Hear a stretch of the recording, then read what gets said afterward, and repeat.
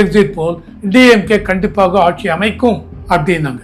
ஆனால் C voter சொன்னதுதான் 2016 நடந்தது. ஏடிஎம்கே தான் ஆட்சிக்கு வந்தாங்க. மறுபடியும் 2021 100 பேர் டிஎம்கே ஓட்டு போட்டால் 2026 அதுல 35 பேர் விஜய்க்கு போயிடுவாங்க. ரீசெண்டா நேத்தியா வைகோ விஜய்க்கு வரலாம் ஓட்டு வரலாம் அவர் சொல்றாரு. ஆமா, ஒரு மாற்றத்தை உருவாக்குவதற்கான வலிமை அவர்கிட்ட இருக்குன்னு சொல்லியிருக்காரு அப்படின்னு சொல்லிட்டாரு. ஏன் அது எலெக்ஷன் முன்னாடியே உங்களுக்கு தெரிஞ்சிருந்தா அங்க போயிருக்கலாமா கூட்டணிக்கு? விஜய் யாருக்கு சப்போர்ட்டிவ்? அப்ப விஜய் சொல்லலாம், இல்லைங்க நான் ஏடிஎம்கே சப்போர்ட் பண்றேன்னா ஓகே, எழுதி கையெழுத்து போட்டு கொடுங்க. லெட்டர் வாங்குவோம், கையெழுத்து போட்டு கொடுக்கணும். கொடுத்ததுக்கு அப்புறம் அப்போ என்டிஏ கூட்டணி கட்சி இருக்க அவங்களும் எல்லாம் கையெழுத்து போடணும். இப்ப பவன் கல்யாணோட ரோலை விஜய் கண்டிப்பா கொண்டு வரலாம். உடனே விஜய்க்கு சார் டெபுட்டி சிஎம் கொடுப்பாங்களா? விஜய் எடுத்துக்கொள்ள மாட்டார். இது என்னுடைய இது, என் கட்சியில் யாருக்கா மினிஸ்டர் போஸ்ட் கொடுங்க. ஏன் எடுத்துக்க மாட்டார் சார்? அவர் எய்ம் பண்ணது சிஎம் போஸ்ட்.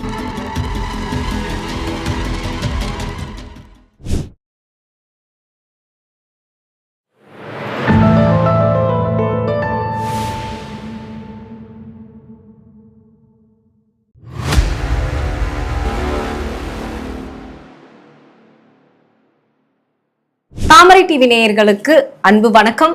வருகிற 4ஆம் தேதி சட்டமன்ற தேர்தல் ஏப்ரல் 23ஆம் தேதி நடந்து முடிஞ்சிருக்கு. இந்த தேர்தல் முடிவுகள் மே 4ஆம் தேதி, அதாவது நாளை மறுநாள் இந்த தேர்தல் முடிவுகள் வாக்கு எண்ணிக்கை நடைபெற இருக்கக்கூடிய நிலையில திமுக மீண்டும் ஆட்சியை தக்க வைக்குமா? அதிமுக அரியணையில் ஏறுமா? முதல்வர் பதவியில் தாவேகா தலைவர் விஜய் அமருவாரா? மாற்றத்தை கொண்டு வருவாரா சீமான்? இது மாதிரியான பல கேள்விகள் மக்கள் மத்தியில் இருக்கு.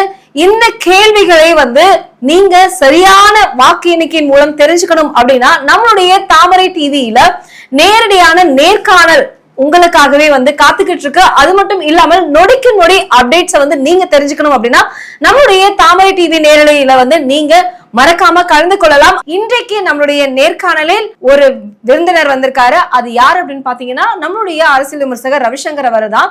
இந்த எக்ஸிட் போல பத்தின பல கேள்விகள் அவர்கிட்ட நம்ம கேட்க இருக்கும். வாங்க அவர்கிட்ட கேட்கலாம். சார் வணக்கம். வணக்கம். வணக்கம் சார். எக்ஸிட் போல் அப்படின்னு இந்த 4 நாட்களாக அந்த விவாதங்கள் தான் போயிட்டு இருக்கு. நான் உங்ககிட்ட டைரக்டாவே கொஸ்டின்ஸ்க்கு வரேன். அடுத்தது ஆட்சி அமைக்க போவது யார்? அருமையான கேள்வி. இந்த கேள்விக்கு என்ன பதில் சொல்ல போறேன் அதுதான் புரியல. அதாவது நான் பதில் சொல்றேன் அப்படின்னா இதெல்லாமே யூகத்தின் அடிப்படையில் தான் இருக்கும். ஓகேவா? அதாவது நீங்க ஆகட்டும், நான் ஆகட்டும், யார் பேசினாலுமே, இவன் அரசியல் தலைவர்கள் பேசினாலே அது யூகத்தின் அடிப்படையில் தான். கள நிலவரம் என்ன இருக்கு? ஓட்டு ஏப்ரல் 23ஆம் தேதிக்கு முன்னாடி கள நிலவரம் எப்படி இருந்தது? யார் யார் எந்தெந்த இடத்தெல்லாம் தேர்தல் இதுக்கு களப்பணிக்கு போனாங்க? எந்தெந்த தலைவர்கள் பேசினாங்க? எவ்வளவு கூட்டம் வந்தது? சார் நிறைய கூட்டம் சார். அவங்க வந்துடுவாங்க. நோ, அத்தனை கூட்டம் ஓட்டு போட்டுருவாங்களா? தெரியாது. சரி, அதனால ஆனால் வேற எப்படி சார் இதை பண்றது? என்னை பொறுத்த வரைக்கும் இப்போ நான் சொல்ல போறது, நம்ம பேசுவது முன்னாடியே சொல்லிட்ட கட் ஃபீலிங்ஸ். இதே எக்ஸிட் போல் ப்ரீபால் சர்வே அப்படின்னு அந்த சிஃபாலஜிஸ்ட் அவங்க பண்ணுறாங்க இல்லையா, அவங்க பண்ணுவது சயின்டிஃபிக் மெத்தடு. இது கூட 2024 எக்ஸிட் போல் அவங்க எல்லாம் சொன்னாங்க என்டிஏ 385 400 415 சீட் என்டிஏக்கு கிடைக்கும்னாங்க. கிடைக்கல, வெறும் 292 தான் கிடைச்சது. பிஜேபியாலும் ஒன்லி 243 தான் கிடைச்சது. அத்தனை சிஃபாலஜிஸ் அத்தனை ஏஜென்சிஸும் அடி வாங்கினாங்க கண்டிப்பா 2024 எக்ஸிட் போல்ல. ஆனால் இதுக்கு முன்னாடி இருந்த எக்ஸிட் போல்லாம் பொதுவாகவே இப்போ கர்நாடகாவில் நீங்க பார்த்தீங்கன்னு வச்சுங்க, 2023 எலெக்ஷன் வந்தது, பியூட்டிஃபுல்லா எக்ஸிட் போல் கொடுத்துருந்தாங்க. காங்கிரஸ் 160+ வரும், பிஜேபி வெறும் 66 அப்படிதான் வரும்னா அவ்வளோதான் வந்தது. ஹரியானா மாறி போயிடுது. எல்லாருமே காங்கிரஸ் காங்கிரஸ் நாங்கள் இல்லை. ஆனால் மத்திய பிரதேஷ், சத்தீஸ்கர் இது எல்லாமே இவங்க சொன்ன மாதிரி தான் வந்தது. Maharashtra 232 seats out of 280+ NDA, அதுவும் எக்ஸிட் போல் ப்ரெடிக்ட் பண்ணாங்க. இதெல்லாம் so most of the time exit poll predict பண்ணுறது சரியாக வருது. எதனாலன்னா it is based on a scientific analysis. When I say scientific analysis, what I mean is the sampling. The sampling plays a vital role. என்னடா sampling sir? மொத்தமாக இந்த தொகுதியில் தமிழ்நாட்டில் 4,70,00,000 பேர் ஓட்டு போடுறாங்க சார். சாம்பிளிங் 40,000 பேர் எடுப்பாங்க, கண்டிப்பா 50,000 பேர் எடுப்பாங்க.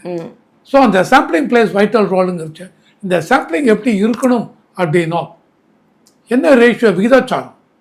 ஸோ ஆண் எத்தனை, பெண் எத்தனை, இந்த 4,70,00,000. ஸோ உங்கள் சாம்பிளிங் 40,000 தான் எடுக்கிறீங்கன்னா அந்த 40,000மும் அதே ரேஷியோவில் ஆண் பெண் இருக்கணும். படித்தவர்கள் எவ்வளோ, படிக்காதவர்கள் எவ்வளோ, அதே விகிதம் தான் இந்த சாம்பிளிங்லேயும் இருக்கணும். கண்டிப்பா மைனாரிட்டி பாப்புலேஷன், காஸ்ட் பேஸ்ட், அதெல்லாம் என்ன விகிதாச்சாரம், என்ன ரேஷியோ இருக்கும், அதே தான் இங்கேயும் இருக்கணும். ஸோ இந்த சாம்பிளிங்கில் எங்கேயாவது தப்பு நடந்ததுனால் அது ரிசல்ட்டையே பாதிக்கும். நிச்சயமா. ஸோ இதனால என்ன சார் அன்னைக்கு நான் எதிர்பார்க்கறது, again I already told you cut feeling என்ன அப்படின்னா திமுகவிற்கு. ஏன்னா இப்போ வந்து ரிசல்ட் எல்லாம் எக்ஸிட் போலாம் பார்த்தீங்கன்னு வச்சுங்க, ஒரு 5-6 திமுக தான் ஃபேவரபிளாக கொடுத்துருக்காங்க. இல்ல அதுக்கப்புறம் கொடுத்த சர்வேல கூட நிறைய நிறுவனங்கள் வந்து அவங்களுடைய எக்ஸிட் போல வந்து வெளியிட்டு இருந்தாங்க. அதுல வந்து பாத்தீங்கன்னா ஒரு 18 நிறுவனங்கள் வந்து அவங்க கொடுத்ததெல்லாம் டிஎம்கே அப்படிங்கிற மாதிரி தான் ஒரு சப்போர்ட்டிவான ஒரு விஷயத்தை தான் சொல்லியிருந்தாங்க. இதுல இன்னொன்னு பரவலாக இருக்கிறது என்னன்னா, பணம் வாங்கிட்டு அவங்களுடைய சர்வே அதுக்கு தான் வந்தேன். ஸோ என்ன சொல்ல வந்தேன் அப்படின்னு, நீங்க 18 நிறுவனம், நிறைய நிறுவனங்கள் இப்போ வந்துருத்துங்க. எல்லா நிறுவனத்தையும் நான் கணக்கில் எடுத்துக்க மாட்டேங்க. நிச்சயமா ஒரு 5-6 இது எடுத்துப்பேங்க. இவங்க தாங்க ரினவுண்ட் இவங்க. அந்த ரினவுண்ட் சிஃபாலஜிஸ்ட்ல ஒருத்தர் இந்த Pradeep Gupta, Axis My India, அவரும் ரினவுண்ட் இவர் தான். அவருக்கு பின்னாடி வர மற்றபடி சி வாட்டர் இருக்காங்க, தன் ரிப்பப்ளிக்கா வந்து இன்னொரு இவங்கெல்லாம் இருக்காங்க. இவங்கெல்லாம் ரொம்ப வருஷமாக இந்த ஃபீல்டில் இருக்காங்க. Pradeep Gupta Axis My India, அவரை நீங்கள் பார்த்தீங்கன்னு வச்சுங்க, 2011, 2016, 2019 இதெல்லாம் ரொம்ப அழகாக ப்ரெடிக்ட் பண்ணிருக்காங்க. 2016 எலெக்ஷனை பொறுத்த வரைக்கும் தமிழ்நாடு எலெக்ஷன், சி வாட்டர் ஒருத்தர் தான் ஏடிஎம்கேக்கு 139 வரும், டிஎம்கேக்கு 97 வரும் அப்படின்னு சி வாட்டர் மாத்திரம்தான் 2016 எலெக்ஷனில் ப்ரெடிக்ட் பண்ணாங்க. மற்ற எல்லா இவங்களும் ஏஜென்சியும் எக்ஸிட் போல் டிஎம்கே கண்டிப்பாக ஆட்சி அமைக்கும் அப்படின்னாங்க. ஆனால் சி வாட்டர் சொன்னது தான் 2016 நடந்தது. ஏடிஎம்கே தான் ஆட்சிக்கு வந்தாங்க மறுபடியும். அங்கே மற்ற எல்லா ஏஜென்சியும் தோற்று போயிட்டாங்க. சரியா? ஸோ என்ன ப்ராப்ளம்? ஒன்று சாம்பிளிங் ப்ராப்ளமாக இருக்கலாம், இல்லை exit pole. What is exit pole sir? நான் ஓட்டு போட்டு வெளில வந்து என்ன கேட்பாங்க, சார் யாருக்கு ஓட்டு போட்டீங்க, அதையும் தாண்டி நீங்கள் என்ன கேஸ்ட்டு, என்ன ரிலீஜன், மைனாரிட்டியாக என்ன, அந்த இது பேசிக் பேரெல்லாம் கேட்க மாட்டாங்க. அதை நான் சொல்லணும். ஸோ நான் சொல்லும்பொழுது டிஎம்கேக்கு போடுறேன், ஆனால் விஜய்க்கு போட்டேன்னு சொன்னேன்னு வச்சுங்க, நீங்கள் விஜய்க்கு ஒரு போட்டான்னு எடுத்துப்பீங்க, அடி வாங்கிடும் கண்டிப்பாக. So it is totally depending on the truthfulness of my reply. நான் உண்மையை சொன்னால் கரெக்டாக இருக்கும், உண்மையை சொல்லலைன்னா கரெக்டாக இருக்காது. ஸோ இந்த Pradeep Gupta Axis My India அவர் நிறைய இதில் எக்ஸலண்ட்டாக பண்ணிருக்கார். ஆனால் 2024 அவரும் தோற்று விட்டார். கண்டிப்பாக அவர் 385 415 வரும்னார் என்டிஏ, வரல, தோற்று விட்டார். இவர் இப்போ என்ன கொடுத்துருக்கார், 98லேருந்து 120 சீட் விஜய்க்கு வரும் அப்படின்னு போட்டிருக்கார். என்னை பொறுத்த வரைக்கும் விஜய் இதில் அவ்வளோ வருமா? போகிற இடமெல்லாம் கூட்டம் இருந்தது. அண்ட் ஜென்சி 18லேருந்து 19 வயசு வரைக்கும் 68% பீப்புள் சர்வேல பார்த்ததில் விஜய்க்கு போடுறாங்கன்னு இவர் சொல்லியிருக்கார். இன்னொரு ஜென்சி கேட்டகரி 20லேருந்து 29 வயசு வரைக்கும் அவர் சொல்கிறது 57% பீப்புள் விஜய்க்கு ஓட்டு போடுறாங்கங்கிறார். தென் அடுத்ததில் 35 வயசு வரைக்கும் அந்த குரூப்பில் 45% பேர் விஜய்க்கு ஓட்டு போட்டிருக்காங்க அப்படின்னு இவர் சொல்கிறார் பிரதீப் குப்தா. தென் முஸ்லீம்ஸ் எவ்வளவு, அந்நியர் இவ்வளவு, கவுண்டர் இவ்வளவு, அதெல்லாம் கொடுத்துருக்கு. எஸ்சி எஸ்டி எவ்வளவு, இவங்க எல்லாரும் எவ்வளோ பர்சன்டேஜ் விஜய்க்கு போட்டிருக்காங்க அப்படின்னு Pradeep Gupta Axis My India இதில் சொல்லியிருக்கார். ஆனால் அதில் நிறைய இது 2-3 இது தவறாக கொடுத்துருக்காரு. ஃபார் எக்ஸாம்பிள் பிராமின்ஸ் தமிழ்நாட்டில் 9% போட்டிருக்காரு. இன்னும் ஒன்லி 2.5 தான் 3% தான் பிராமின் தமிழ்நாட்டுல. ம். எங்கேயாவது 9% வந்தது. கண்டிப்பா. அப்ப எப்படி எடுத்தீங்க அந்த இதை வந்து நேஷனல் சேனல்லே கொஸ்டின் பண்ணிருக்காங்க பிரதீப் குப்தாவை. அவர் வந்து இல்ல சிலதெல்லாம் தவறு நடந்திருக்கிறது டிஸ்கரேஜ். அப்போ அவங்க இதுவே ரிசல்ட்டே தப்பா வருமா? இல்ல அதை பொறுத்துக்கு நான் உறுதியா சொல்றேன், விஜய்க்கு 98 120 வரும் அப்படின்னு சொல்றாரு. என்ன இதில் நீங்க அஷூரன்ஸ் கொடுக்குறீங்க தெரியாது. ஸோ இதே பிரதீப் குப்தா தான் 2024 பார்லிமெண்ட் எலெக்ஷன் தவறா போனதுக்கு அப்புறம் டிவிலேயே அழுதார். ஆமா, நான் தவறா எடுத்துன்னு, இதுக்கு மேல இது நடக்காது அப்படின்னு. இந்த 98ல 120 அவரை கேட்குறாங்க, you are sticking your neck out, are you sure? வருமா? கண்டிப்பாக வரும். நான் மறுபடியும் உறுதியிட்டு சொல்கிறேன், 98லேருந்து 120 விஜய்க்கு வருங்கிறார். விஜய் சிட்டி அங்கே நல்ல கூட்டம் இருந்தது. இதையும் தாண்டி ஜென்சி இவர் சர்வேல, ஈவன் ஏழியர் சர்வேல பார்த்துருக்கேன். இதையும் தாண்டி அந்த யங் விமன் அவங்கெல்லாம் இவர் வரவில்லை என்றால் நாங்கள் இறந்து விடுவோம், சூசைட் பண்ணிப்போங்கிறாங்க. தேவையில்லாத ஒரு இதெல்லாம். ஓகே. ஸோ என்ன காமிக்கிறதுனா மக்களுக்கு யங்ஸ்டர்ஸ் அந்த அளவுக்கு ஈடுபாடு விஜய் மீது. 76 75ல எம்ஜிஆர் மீது பெண்களுக்கு அந்த அளவுக்கு ஒரு இது இருந்தது. தாய்மார்கள் எல்லாருக்கும் எம்ஜிஆர்னா ஆரம்பத்திலிருந்து சினிமாவில் ஒரு நல்ல ரோல், ஒரு இதை டெவலப் பண்ணிட்டேன். அந்த மாதிரி சிகரெட் பிடிக்க மாட்டேன், தண்ணி அடிக்க மாட்டேன், இது பண்ண மாட்டேன் அப்படின்னு ஒரு இதில் மக்களுக்கு பிடித்து விட்டது. அதனால எம்ஜிஆர் கட்சி ஆரம்பித்தோன்னே ஓட்டு போட்டாங்க. இப்போ எம்ஜிஆருடைய ஒரு ரோல்ல கண்டிப்பா விஜய் பிளே பண்ணுவாருங்கிறது எனக்கு அது சொல்ல முடியவில்லை. ஆனால் பெண்களுக்கு யங்ஸ்டர்ஸுக்கு அந்த ஏஜுக்கு இவர் மேல ஒரு ஆசை இது இருக்கிறது, ஈர்ப்பு இருக்கு. எம்ஜிஆரும் 1977 அதுல வந்து வரும்பொழுது ஆட்சிக்கு 60 வயசு ஆயிடுது. அவர் 1917 பிறந்தது, 60 வயசு ஆயிடுது. இவருக்கு I think is 54 55. Okay. So விஜய்க்கு இதையும் தாண்டி விஜய் ரூரல்லாம் அந்த அளவுக்கு இதுக்கு போகல. எந்த ஒரு எலெக்ஷன்லையும் நிற்கலிங்க, பை எலெக்ஷன் எதுலையும் நிற்கலிங்க. ஸோ ஈரோடு பை எலெக்ஷன் வந்து நிற்கல. அதையும் தாண்டி விருதுநகர் பக்கம் ஐ ஃபர்காட் த நேம், அதுலேயும் நிற்கல, பை எலெக்ஷன் நிற்கல. ஸோ இவருடைய எந்த அளவுக்கு ஓட்டு விழும் தெரியவில்லை. என்னுடைய கட் ஃபீலிங் பார்த்தீங்கன்னா 15% 17% வருமா விஜய்க்கு.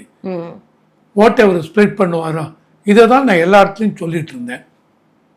நேற்று இவருடைய இந்த இதை பார்த்ததுக்கப்புறம் எக்ஸிட் போல் விஜய்க்கு இவ்வளோ சான்ஸ் இருக்கா அப்படின்னு தோன்றது. நம்ம இந்த எக்ஸிட் போல்ல வந்து எல்லாருமே சொல்லியிருக்கக்கூடிய இன்னொரு விஷயத்தை வந்து எடுத்துக்கிறத வந்து, ஏன்னா யாருமே அதை பேசலன்னு நான் நினைக்கிறேன். திமுக அதிருப்தியில இருக்கு, மக்கள் கிட்ட வந்து அதிருப்தியான ஓட்டுகள் அதிகமாக, நான் சொல்ல வரேன். அதிருப்தி ஓட்டுகள் இருந்தும் எப்படி இந்த அளவுக்கு சீட்ஸ் வந்து வின் பண்ணுவாங்க, இந்த பெர்சன்டேஜ் கண்டிப்பா வரும். ஏன்னா ஏடிஎம்கே 75 அப்படிங்கிறது லாஸ்ட் எலெக்ஷன்ல. அப்படி இருக்கக்கூடிய பட்சத்துல இந்த எலெக்ஷன்ல ஏடிஎம்கேக்கு அந்த சீட்ஸுங்கிறது வந்து ரொம்ப டவுனா போயிருக்கு. ஆனா டிஎம்கேக்கு அது வந்து அதிகமா இருக்கு.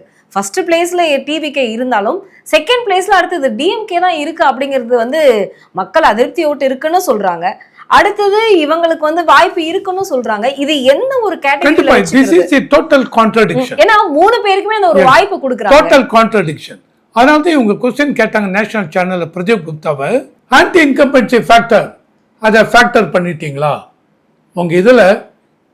Have you factored in the anti-incumbency factor against DMK? நான் பண்ணியாச்சு அப்படிங்கிறார். ஸோ அப்படி பண்ணி இருந்தால் டிஎம்கேக்கு ஓட்டு விட சான்ஸ் கண்டிப்பா. அவர் என்ன சொல்றாரு, பண்ணாதனால தான் டிஎம்கேக்கு 35% அப்படிங்கிறார். இதுக்கு முன்னாடி நீங்க பார்த்தீங்கன்னு வச்சுங்க, டிஎம்கேக்கு மொத்தமாக 46% ஓட்டு 2024 பார்லிமெண்ட் எலெக்ஷன்ல டிஎம்கே பிளஸ் கூட்டணி அதுக்கு 46% ஓட்டு இருந்தது. டிஎம்கேக்கு மட்டும் 26, மீது 19.5 மற்ற கூட்டணி கட்சிகளுக்கு. காங்கிரஸ்க்கு மட்டும் 10.4, சிபிஐ சிபிஎம் விசிகே எம்டிஎம்கே மற்ற கொங்கு வேளார் இவங்க எல்லாருக்கும் மற்ற இது டோட்டலி 19.5 இவங்களுக்கு. ஸோ இப்போ என்ன சொல்கிறார், ஆன்டி இன்கம்பன்சி நான் ஃபேக்டர் பண்ணதுனால தான் 45%லிருந்து 35% டிஎம்கேக்கு வந்திருக்கு அப்படிங்கிறது அவருடைய பாயிண்ட். ஆனா இதுக்கு முந்தைய கருத்து கணிப்புகள், அதாவது எலெக்ஷனுக்கு முன்னாடி அந்த பிரச்சாரத்தின் போது எடுத்ததுல அந்த சர்வேல திமுகவுடைய அதாவது ஒவ்வொரு கட்சிக்கும் தன்னுடைய வாக்கு வங்கி அப்படிங்கறத சேர்த்து வச்சிருப்பாங்க. அந்த வாக்கு வங்கியில திமுக சரிவை தான் சந்திச்சிருக்கு. அதிமுகவுடைய பர்சன்டேஜ் வந்து அதிகமா இருக்கு, என்டிஏக்கான பர்சன்டேஜ் அதிகமா இருக்குன்னு சொன்ன இதே சர்வே ஆனா இப்ப அப்படியே ஆப்போசிட்டிவா வர்றதுக்கு வந்து எலெக்ஷன்ல உண்மையாலுமே வந்து ஒரு குளறுபடி, ஒரு சந்தேகத்தை ஏற்படுத்துது அப்படிங்கறத நம்ம சொல்லலாம். கண்டிப்பா கண்டிப்பா. அதாவது எக்ஸிட் போல்ல அதான் என்னுடைய இதை பொறுத்த வரைக்கும் என்னுடைய ஒப்பீனியன்ல எனக்கு டிஎம்கே வருவதற்கு வாய்ப்பு இருக்கா மாதிரி தெரியவில்லை. ஏன்னா அந்த அளவுக்கு ஆன்டி இன்கம்பன்சி ஃபேக்டர் எல்லாருக்குமே தெரியும்.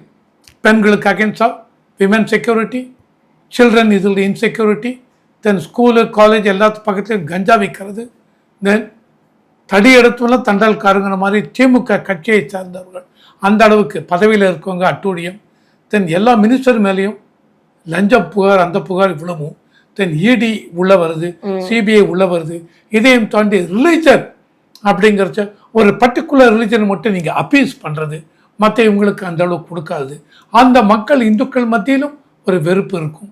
இதையும் தாண்டி சில இதில் கோர்ட்டு கேஸ் ஜட்ஜ்மெண்ட் வந்ததுக்கப்புறம் ஜட்ஜ்மெண்ட்டை மதிக்காமல் அங்கே நீ செக்ஷன் 144 போடுறது, அப்போ நீங்கள் என்ன மரியாதை கொடுக்குறீங்க ஜட்ஜ்மெண்ட்டுக்கு? ஸோ இதெல்லாம் வந்து is it not failure of constitutional machinery? இப்படிலாம் கொஸ்டின் வருது. ஸோ இந்த மாதிரி கொஸ்டின் வரைச்ச எத்தனை மக்கள் பார்த்து கொண்டிருக்கிறாங்க. இதையும் தாண்டி எந்த அளவுக்கு நீங்கள் வரியெல்லாம் உயர்த்தி இருக்கீங்க, எத்தனை தடவை நீங்கள் இபி பில்லு ஏற்றிருக்கீங்க. இந்த பக்கத்தில் 100 ரூபாய் 1000 ரூபாய் கொடுக்குறீங்க, அந்த பக்கத்து எல்லா வரியும் ஏற்றி விட்டாச்சு. என்ன பிரயோஜனம்? ஒரு இதுவும் இல்லை. இதையும் தாண்டி மக்கள் கேட்கறது, மற்ற அரசியல் கட்சி இவங்க கேட்கறது 5 லட்சம் கோடி டிஎம்கே கடன் வாங்கியிருக்கீங்க லாஸ்ட் 5 இயர்ஸில். லாஸ்ட் 70 வருஷத்தில் தமிழ்நாட்டில் வாங்கின மொத்த கடன் 4.5 லட்சம் கோடி தான்.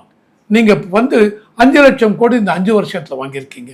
என்ன செலவு பண்ணீங்க, என்ன இன்ஃப்ராஸ்ட்ரக்சர் பில்டப் பண்ணீங்க, எந்த அளவுக்கு வேலை வாய்ப்புகள் கொடுத்தீங்க?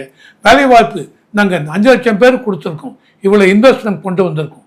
எவ்வளோ புதிய கம்பெனி ஆரம்பிச்சிருக்கீங்க, எத்தனை இன்வெஸ்ட்மெண்ட் சொல்கிறீங்க, மூலதனம் எவ்வளோ எம்ஓயு கையெழுத்து போட்டிருக்கீங்க, எத்தனை புதிய கம்பெனிஸ் உள்ளே கொண்டு வந்திருக்கீங்க. 4 லட்சம் பேர் ஆர்கனைசர் செக்டரில் ஆப்பர்ச்சுனிட்டி, ஜாப் ஆப்பர்ச்சுனிட்டி கொடுத்தோம் அப்படிங்கிறீங்க. அது ஈஸியாக வேலிடேட் பண்ண முடியும். என்னன்னா ஆர்கனைஸ் செக்டர்னும் போது 4 லட்சம் பேருக்கு இந்த 5 வருஷத்தில் புதிய வேலையை கொடுத்துருந்தீங்கன்னா அந்த EPFO employee provident fund organisation அதில் 4 லட்சம் புதிய மெம்பர் இருக்கணும். அப்படி அதில் 4 லட்சம் புதிய மெம்பர் இல்லை என்றால் அப்போ நீங்கள் 4 லட்சம் புதிய ஜாபு கிரியேட் பண்ணவில்லைன்னு அர்த்தம். இதெல்லாம் ஈஸியாக கண்டுபிடிச்சிடும். ஸோ இதெல்லாம் தான் ஆன்டி இன்கம்பன்சி ஃபேக்டர். இதையும் தாண்டி கொள்முதல், நெல் கொள்முதல்லாம் வரும்பொழுது அவங்களுக்கு ப்ராப்பராக பணம் கொடுக்கவில்லை. கொள்முதல் நெல்லெல்லாம் வாங்கி ரோடில் போட்டு வச்சிருந்தாங்க. மழையில் அத்தனை நெல்லும் அழுகி போயிருந்தது. விவசாயிகள் அந்த அளவுக்கு கஷ்டப்பட்டாங்க. இதெல்லாம் மக்கள் மனதில் பாதிப்பு இருக்கு. இதெல்லாம் தான் ஆன்டி இன்கம்பன்சி ஃபேக்டர். இதையும் தாண்டி விஜய் ஃபேக்டர். விஜய் உள்ளே வந்ததுக்கப்புறம் ஒரு சர்வேல கொடுத்துருந்தாங்க 32-35% டிஎம்கே ஓட்டை இவர் பிரிப்பார். அதான் 100 பேர் டிஎம்கே ஓட்டு போடுறாங்கன்னா அதில் 35 ஓட்டு 2021 100 பேர் டிஎம்கே ஓட்டு போட்டால் 2026 அதில் 35 பேர் விஜய்க்கு போயிடுவாங்க அப்படின்னு போட்டிருக்காங்க. ஸோ இதெல்லாம் வச்சு பார்க்கும்பொழுது திமுகவிற்கு ஆட்சிக்கு வருவதற்கு வாய்ப்புகள் குறைவு தான்.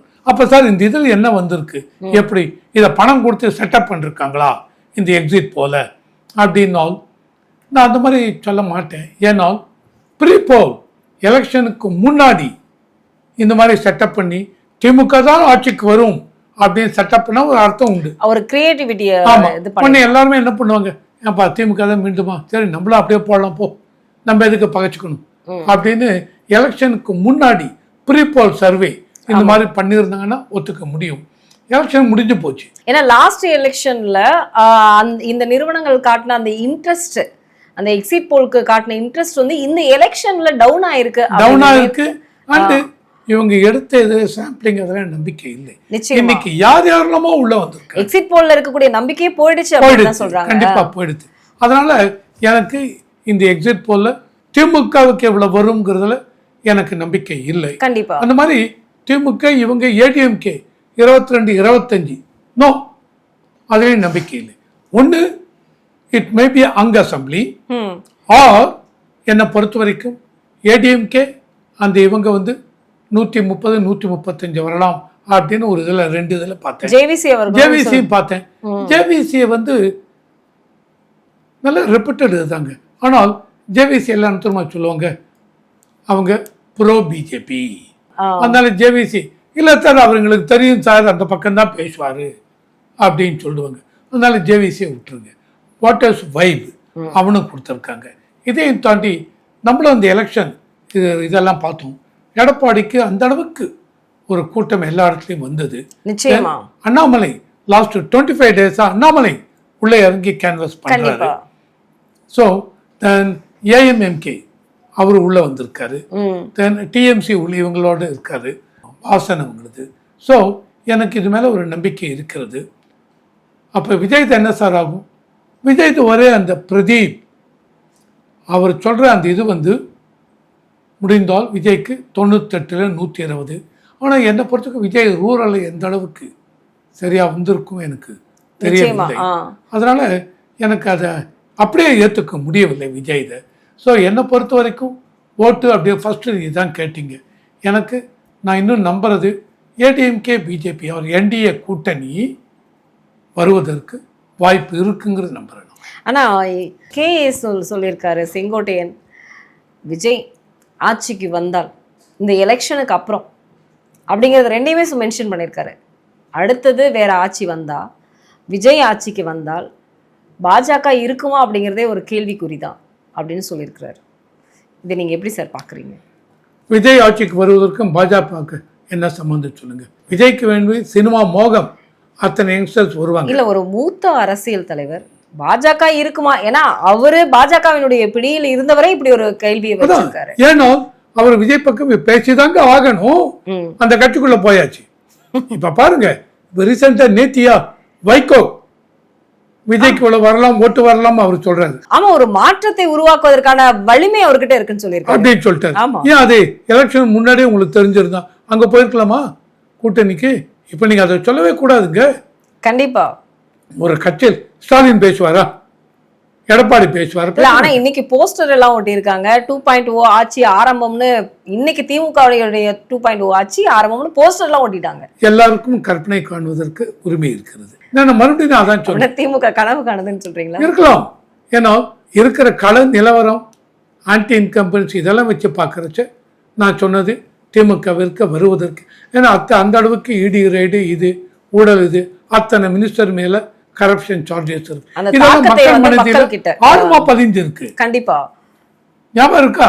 இவங்க எல்லாம் சொல்லிருக்காங்க இவர் 4000 கோடி மணல் அள்ளினாங்கன்னு. ஆனால் சென்ட்ரல் கவர்மெண்ட்லேயும் சொல்றது சேட்டலைட் மூலம் நாங்க பார்த்தது so many லாரிஸ் போயிருக்கு, அத்தனை மணல் எடுத்திருக்காங்க. இது tens of thousands of crores மணல் போறது அப்படின்னு சொல்லிருக்காங்க.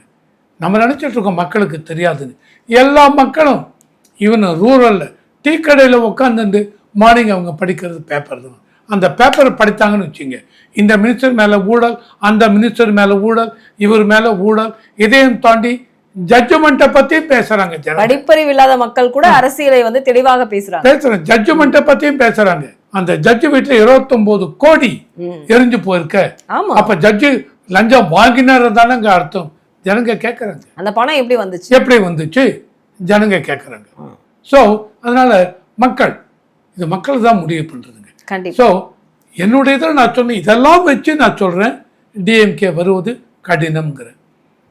செஃபாலஜிஸ்ட் இது மாதிரி சாம்பிளிங்கை வச்சு சொல்றாங்க.